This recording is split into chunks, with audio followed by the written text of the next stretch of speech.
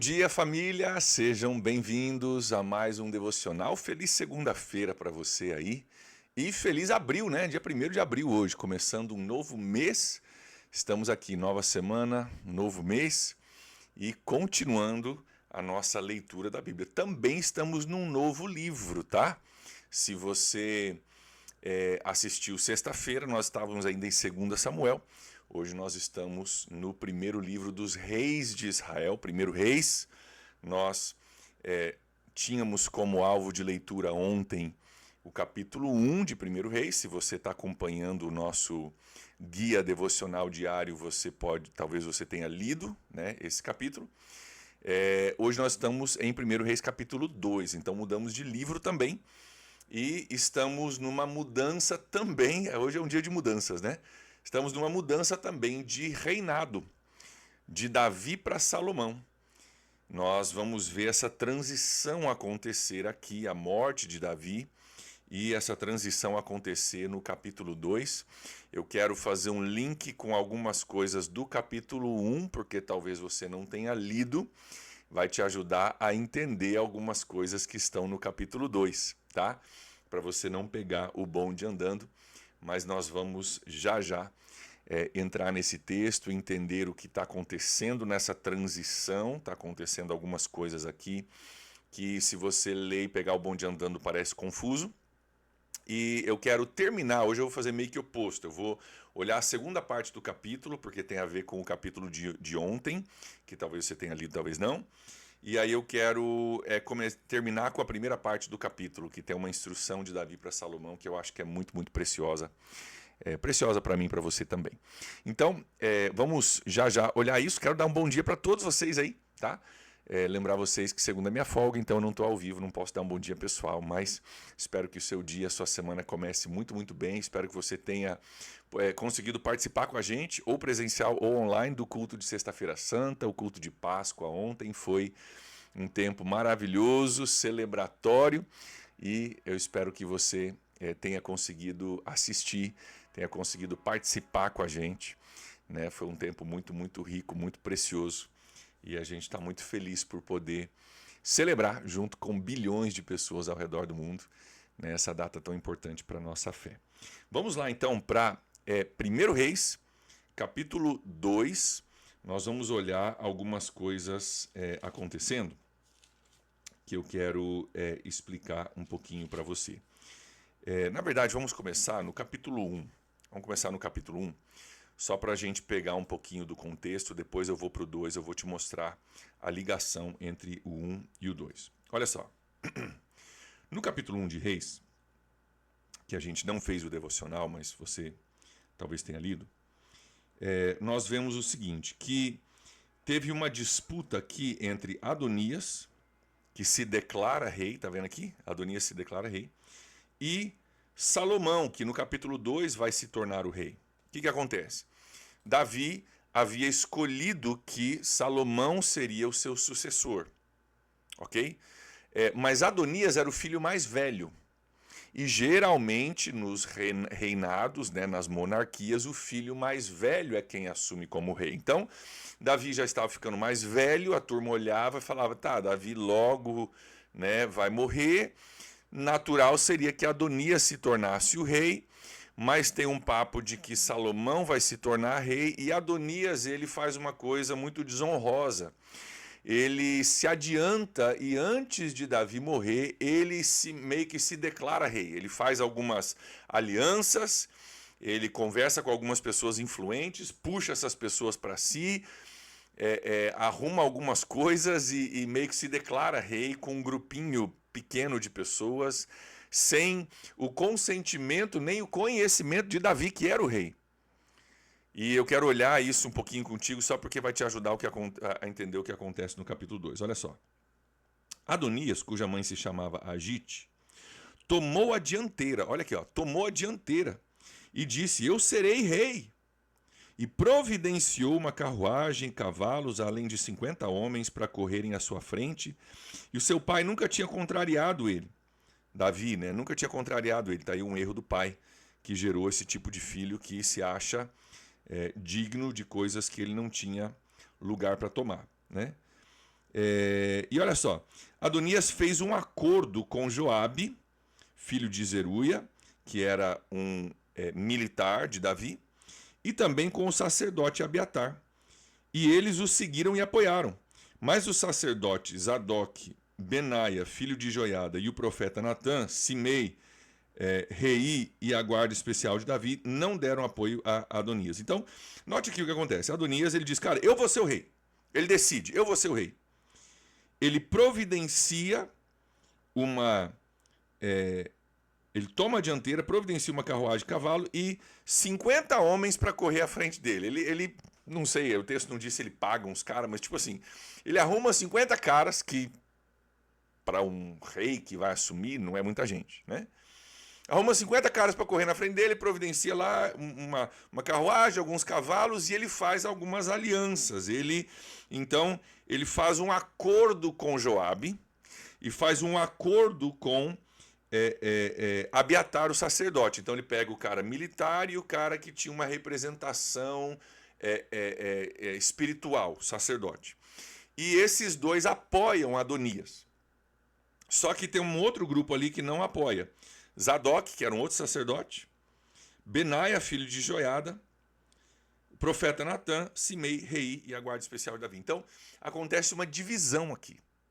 Alguns se tornam fiéis a Adonias e vão lá dizer que ele é rei e se aliançam com ele. E Davi, que ainda é rei, ainda está vivo, ainda está no palácio, tem um grupo que fica fiel a Davi. E acontece aqui quase que uma tentativa de golpe de Estado. É praticamente isso, uma tentativa de golpe de Estado por um dos filhos que decide que ele vai tomar frente e vai fazer acontecer, e ele vai ser o próximo rei. E algumas pessoas pensando que vai dar tudo certo, né? Que são Joabe e Abiatar, se aliançam com Adonias e falam, cara, nós já vamos dar uma antecipada aqui, porque vai dar boa pra gente e a gente vai estar com o cara que vai ser o próximo rei. Qual que é o problema? O rei Davi, no capítulo 1, nós não vamos olhar isso tudo porque a gente não tem tempo hoje, nosso capítulo hoje é o 2. O rei Davi ouve falar disso e ele se apressa, então, para nomear Salomão como rei.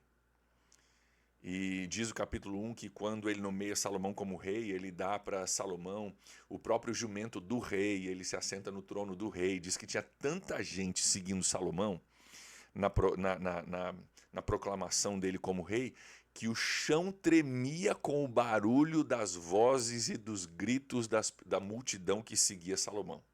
Então, tem um cara aqui fazendo uma aliançazinha, tomando a frente, arrumando a carruagemzinha, 50 homens.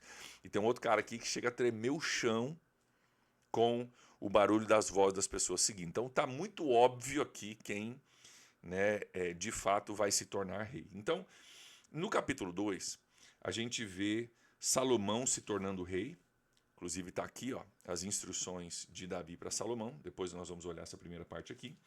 Mas, praticamente, o capítulo 2, essa parte toda aqui do capítulo 2, que é um capítulo, inclusive, bem extenso, são alguns acertos de contas. E aí é estranho, porque a gente lê um texto desse, a gente fala, meu Deus, é Davi meio que falando, ó, esse cara não merece viver. Esse cara tiveram comigo, me ajudaram, me fortaleceram, então, ó, preserva a vida deles. Mas o que está acontecendo aqui é uma transição de poderes.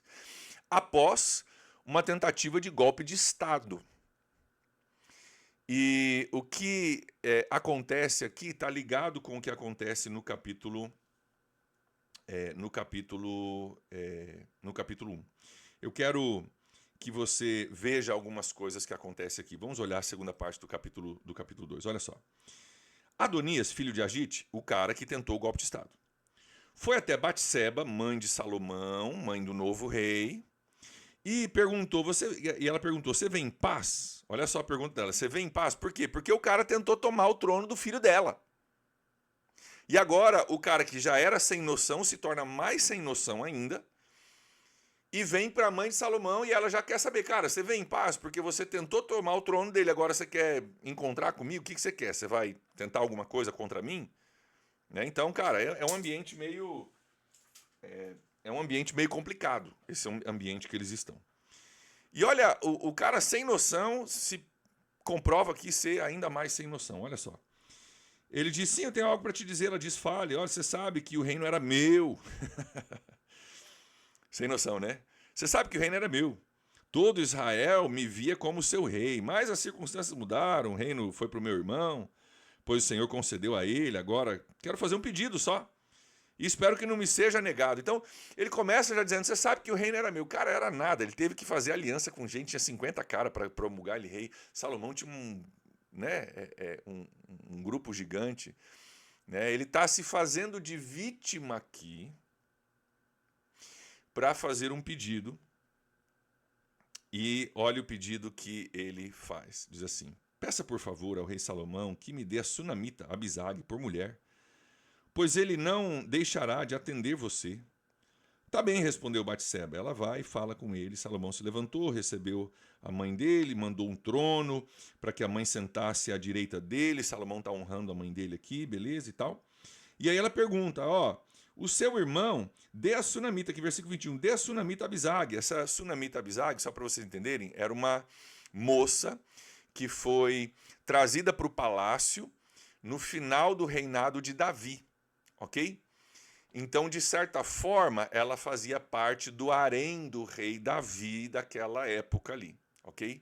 Não estou dizendo que isso é correto, estou dizendo que era uma prática da época dos reis terem um harém, ter muitas concubinas, que eram chamadas, e Abisag era uma dessas, apesar de que o texto diz que Davi não teve relações com ela, mas ela estava no palácio junto do rei, ok? E aqui, note, o cara que tentou ser rei no lugar de Salomão, pede agora que Salomão dê a ele uma das concubinas. Tipo, cara, você está tentando ainda ser rei. Você está ainda tentando se demonstrar que... Por quê? Porque o rei que assumia também todas as concubinas do rei anterior. E ele está pedindo uma concubina. Ele ainda está, cara, totalmente sem noção, pedindo aqui que ele possa ter uma das mulheres do antigo rei que sinalizaria que ele é alguma coisa de rei nessa história. E aí Salomão perguntou para sua mãe, por que você pede somente a sunamita Abisag para Adonias? Peça logo o reino para ele. E para que o sacerdote Abiatar e para Joabe, filho de Zeruia. Afinal, ele é meu irmão mais velho. O que ele está dizendo aqui? Cara, se você está pedindo que eu dê uma das concubinas, peça logo o reino. Por quê? Porque todo mundo vai entender que se ele está agora casando-se com uma das concubinas do rei, então ele deve ser o próximo rei. Aliás, ele menciona alguns nomes aqui, né? E olha só, peça logo o reino para ele e para o sacerdote Abiatar e Joabe. Olha aqui, capítulo 1, cadê? Fez acordo com Joabe e o sacerdote Abiatar. Está dizendo, cara, essas pessoas são traidoras minhas. Então peça logo o reino para ele, para Abiatar e para Joabe. Afinal, ele é o meu irmão mais velho. Ele é a pessoa que naturalmente seria o sucessor. Ele está pedindo aquilo que naturalmente um sucessor fazia, que era você ter a concubina do seu antecessor.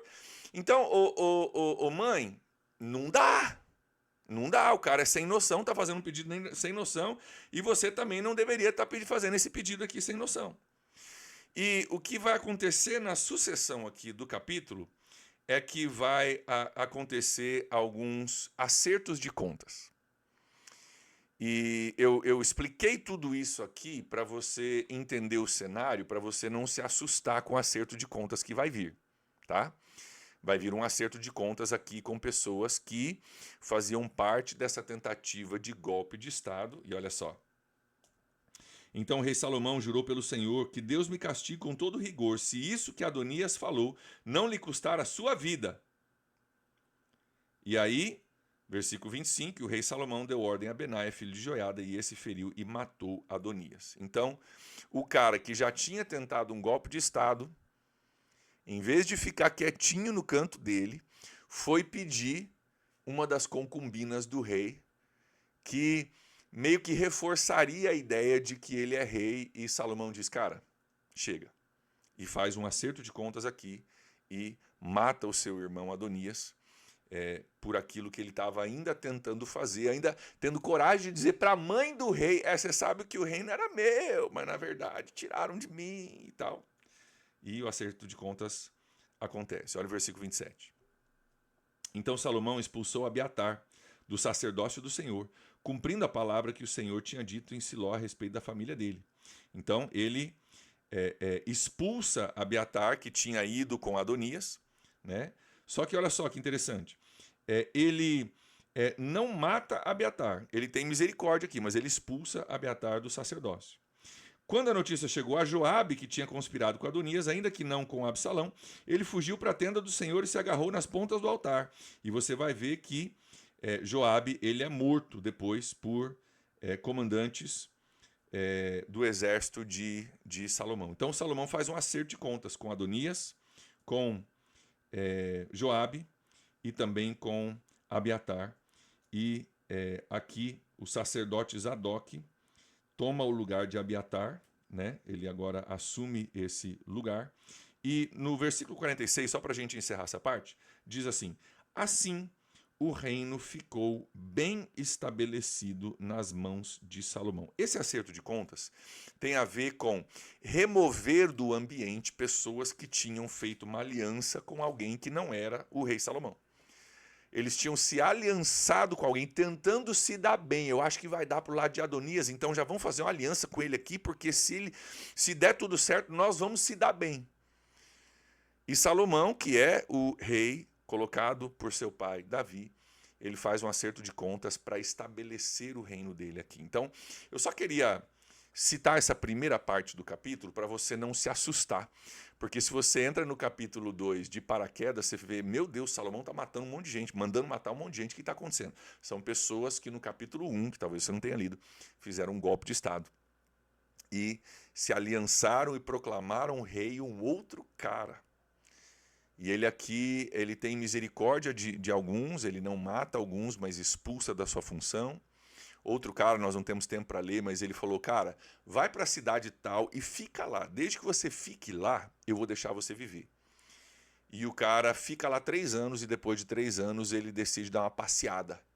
E nessa passeada, então, Salomão diz, cara, eu te dei uma chance, falei para você ficar na tua cidade, falei para você ficar quietinho, ficar na tua, tentei te dar misericórdia, mas você decidiu desobedecer e há um acerto de contas também com eles. E assim o reino de Salomão fica estabelecido. Então a gente vê uma transição aqui, de Davi para Salomão, né? E a partir de agora nós vamos acompanhar um pouco da história de Salomão. Mas eu quero olhar contigo, antes da gente encerrar, porque aqui é o ponto principal que eu quero chegar com você hoje, tá? Eu fiz só a leitura do acerto de contas para explicar o contexto, para você não achar coisa errada aqui.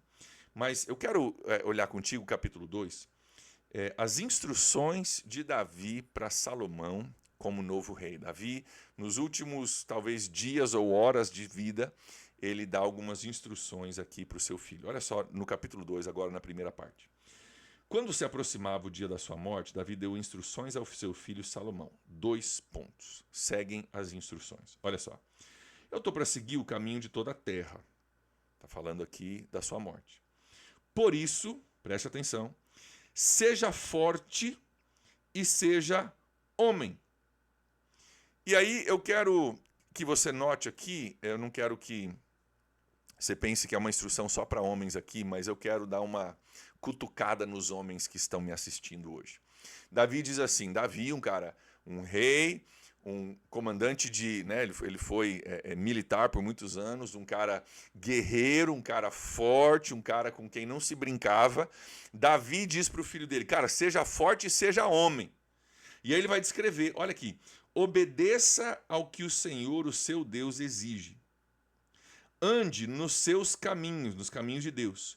Obedeça aos seus decretos, os decretos de Deus, aos seus mandamentos, às suas ordenanças e aos seus testemunhos, conforme se acham escritos na lei de Moisés. Assim você vai prosperar em tudo que você fizer e por onde quer que você for. Eu quero que você note que ele associa ser forte e ser homem com obedecer o que o Senhor, o seu Deus, exige. Presta atenção. Normalmente a gente associa no nosso mundo hoje, aqui aplica para homem e para mulher, tá? Nossa aplicação já. Normalmente a gente associa assim, seja forte, seja homem, faça o que você bem entender. Seja dono do seu próprio nariz.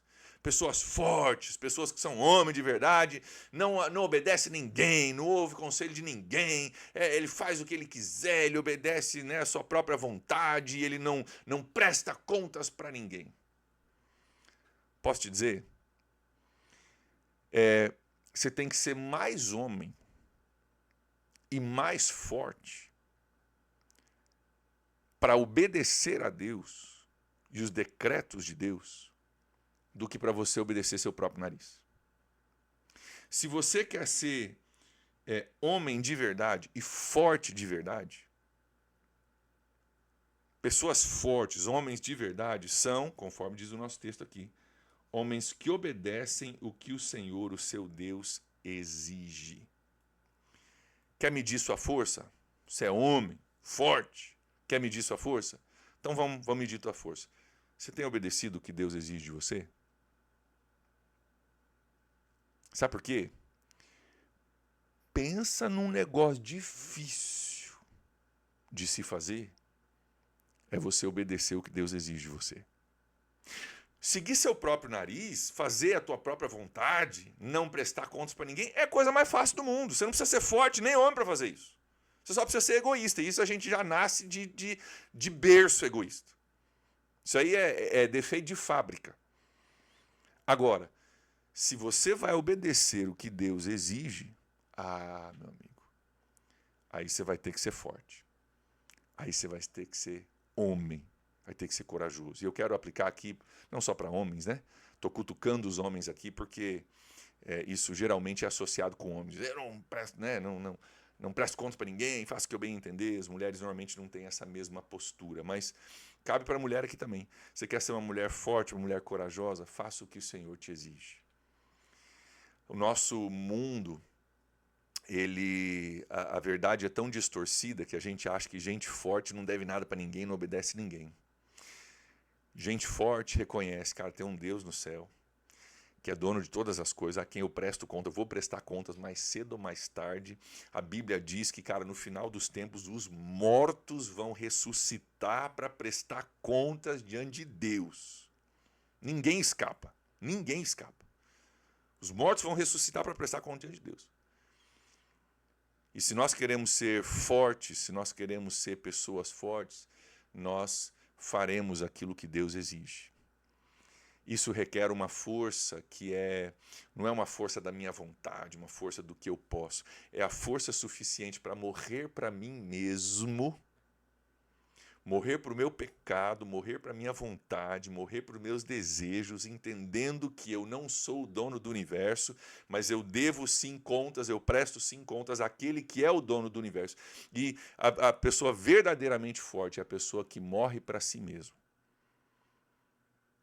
Morre para o seu desejo, o seu pecado, o seu egoísmo, aquilo que nos torna pessoas infinitamente menores do que a gente deve ser em Deus. E a gente morre para nós mesmos para que nós possamos ressuscitar com Jesus, nos tornando uma versão totalmente diferente, como nós falamos ontem no culto de Páscoa. Nos tornando a versão que Deus nos chamou para ser. Isso requer uma força fora do comum. Isso requer que sejamos homens e mulheres além do comum, além do normal. E eu quero só fazer essa associação contigo aqui. Seja forte, seja homem, seja forte, seja mulher. Obedeça ao que o Senhor, o seu Deus, exige. Ande nos seus caminhos. Obedeça os seus decretos, aos seus mandamentos, às suas ordenanças e os seus testemunhos, conforme se acham escritos na lei de Moisés. Olha aqui, olha o resultado. Assim você prosperará em tudo que você fizer, por onde quer que você for. Queridos, a Bíblia diz que o diabo ele é o pai da mentira. E o diabo que não pode criar nada, ele distorce tudo que Deus cria. A verdade para mim e para você hoje é que homens e mulheres fortes são homens e mulheres que obedecem os decretos de Deus, morrem para si mesmo, se negam a si mesmo. O que Jesus disse? Se você quiser me seguir, negue-se a si mesmo, tome a sua cruz e siga-me. Esse é o chamado de Jesus. Homens e mulheres fortes são homens e mulheres que entendem que eu preciso negar a mim mesmo, negar os meus desejos, as minhas paixões, o meu orgulho, a minha autossuficiência e reconhecer que eu preciso de Deus, que existe um Deus no céu, eu não sou esse Deus, existe um Deus e eu não sou esse cara, e que eu devo a Ele reverência, obediência e louvor. Você quer ser um homem forte? Você quer ser uma mulher forte?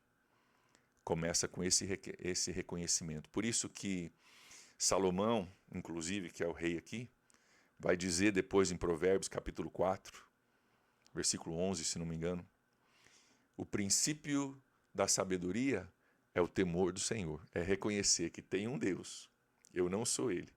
O princípio da sabedoria, você quer começar a ter o mínimo de sabedoria na vida, reconheça que existe um Deus, que você não é esse Deus e que você deve a esse Deus, se você tem o mínimo de inteligência, o mínimo de sabedoria.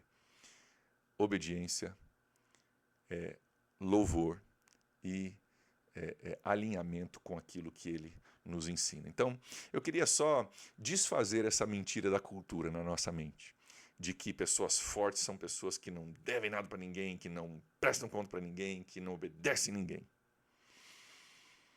Pessoas fortes são aquelas que reconhecem que precisam da ajuda de Deus. Pessoas fortes são aquelas que reconhecem que se eu só for pelo caminho do meu próprio nariz, eu serei uma pessoa egoísta, vazia, enfim. E se dispõe a morrer para si mesmo. Pensa numa coisa difícil. Morrer para si mesmo, seus próprios desejos, para seguir um ideal maior. O ideal de Deus para mim e para a sua vida. Isso sim é força. Isso sim é ser homem. Isso sim é ser mulher. De acordo com o coração de Deus. E que eu e você possamos ser esse tipo de pessoa. E possamos ajustar o nosso entendimento do que é ser um homem forte, do que é ser uma mulher forte, de acordo com os princípios bíblicos. Amém? Precisamos encerrar. Nosso tempo já está avançando. Eu quero orar contigo hoje, para que a gente possa abraçar essa verdade. E para que a gente possa desfazer as mentiras do inimigo, que é o pai da mentira e que tem mentido para nós, tem mentido na nossa cultura, né? Que espalha mentiras como a do famoso filósofo, né? Que diz que a religião são muletas para pessoas fracas. Religião não é muleta, não.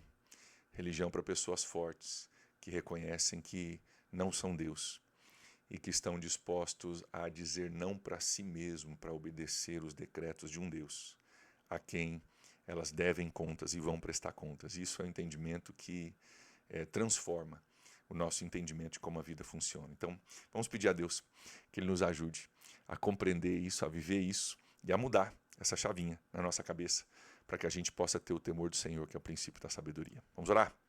Deus, muito obrigado, Pai, por esse dia. Obrigado, Deus, por essa instrução de um homem forte, Davi, o cara que matou Golias, dizendo: seja forte, obedeça a Deus. Obedeça seus decretos, testamentos, mandamentos, tudo que ele falou, cara, tudo que está na lei, obedeça, para que você seja bem-sucedido por onde você for. Pai, nós queremos ser esse tipo de pessoa, fortes, não fortes em nós, na nossa capacidade, fortes em Ti, e dispostos a dizer não para nós mesmos, para podermos dizer sim para o Senhor. Nos ajuda, Deus, isso não é fácil, isso não é natural para o ser humano. Nos ajuda a sermos fortes desse jeito, para que nós também possamos viver o que Davi promete para Salomão aqui, para que você possa prosperar em tudo que você fizer e por onde você for. Eu oro isso, Deus, sobre a vida de cada pessoa que está me assistindo hoje. Eu oro em nome de Jesus. Amém. Amém, gente boa. Grande abraço para vocês aí. Espero vocês aqui amanhã para a gente estar de volta aí com mais um capítulo ao vivo. Um ótimo dia, um ótimo começo de semana para vocês. Tchau, tchau.